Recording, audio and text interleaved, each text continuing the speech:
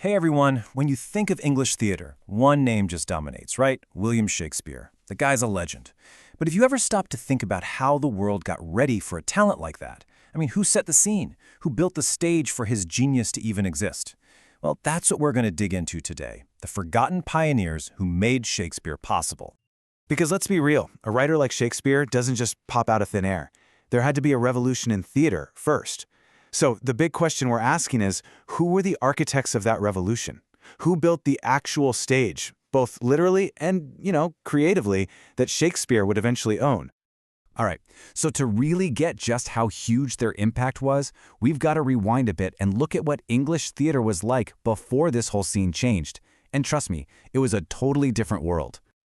Okay, check this out. Before these guys came along, drama was, well, pretty simple. It was mostly about teaching straightforward moral lessons, with characters who were basically just good angel or bad devil. But then, look at what came after.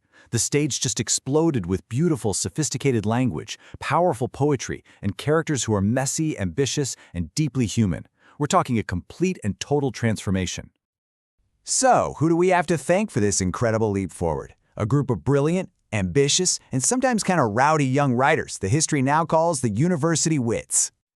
Now, the name University Wits is a little bit misleading. It's not like they had a clubhouse or secret handshake. It was a name given to them later.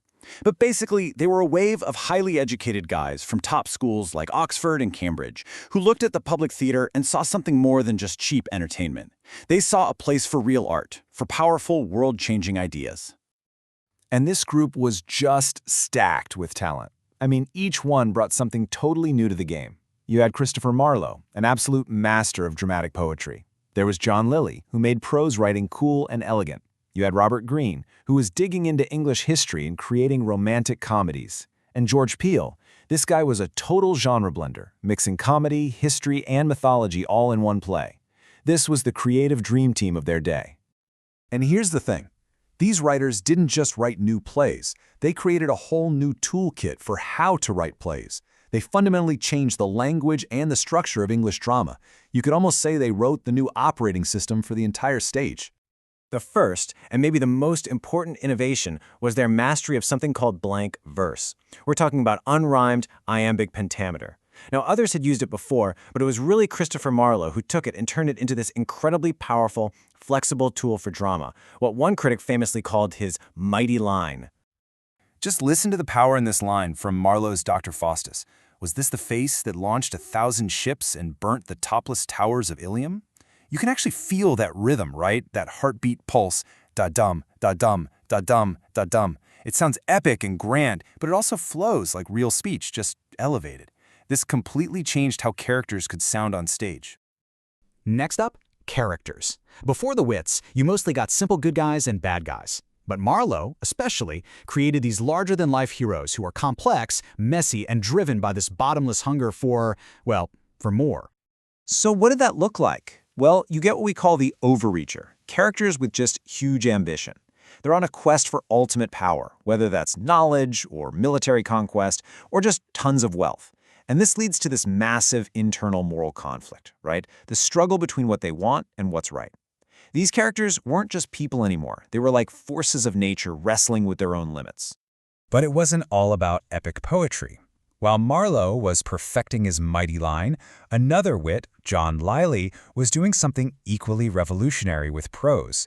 He brought this whole new level of wit, style, and elegance to the stage. Yeah, he created this style called euphuism. It's all about balance, clever wordplay, and these perfectly structured sentences. It sounds complicated, but think of a line like, "The sharpest wit hath the shortest life, and the sweetest rose the soonest canker." See how it's perfectly balanced? It's like verbal gymnastics. This witty, sophisticated style became a huge trend and just raised the bar for what clever dialogue could be. So, this is the million-dollar question. How does all this connect back to Shakespeare? Well, the University Wits didn't just influence him. They literally built the artistic world that made his career possible. They created the playground he got to play in. It really is a clear progression. So, step 1. The Wits innovate. They invent the tools, blank verse, complex characters, mixing comedy and tragedy. Step 2. These tools become the new standard. It's just what you did if you were writing a play in London. And then, step 3. Shakespeare shows up, takes that established toolkit, and just perfects it with a level of genius nobody had ever seen before. This quote really just says it all, doesn't it? The university wits paved the way. They weren't just the opening act for Shakespeare. They were the ones who built the whole concert hall. Without them, there's no golden age of English drama, and maybe, just maybe, no Shakespeare as we know him. So when we talk about their legacy, it's not just about a couple of good plays they wrote. It's about how they changed the actual DNA of storytelling on the English stage. And that impact is still being felt today. So let's just break it down one last time. They brought ancient Greek and Roman ideas to a popular audience. They gave the stage its most powerful voice, blank verse. They gave us deep, psychologically complex characters, and they weren't afraid to experiment, to mix things up. They didn't just set the stage for Shakespeare, they drew the blueprints for it. And all of this leaves us with one final, big thought. Every great artistic moment has its pioneers, right? The people who break the rules and create a new language for the geniuses who come after them. So it makes you wonder, who are the university wits of our time? Who out there, right now, is building the stage for the next Shakespeare? Something to think about. Thanks for tuning in.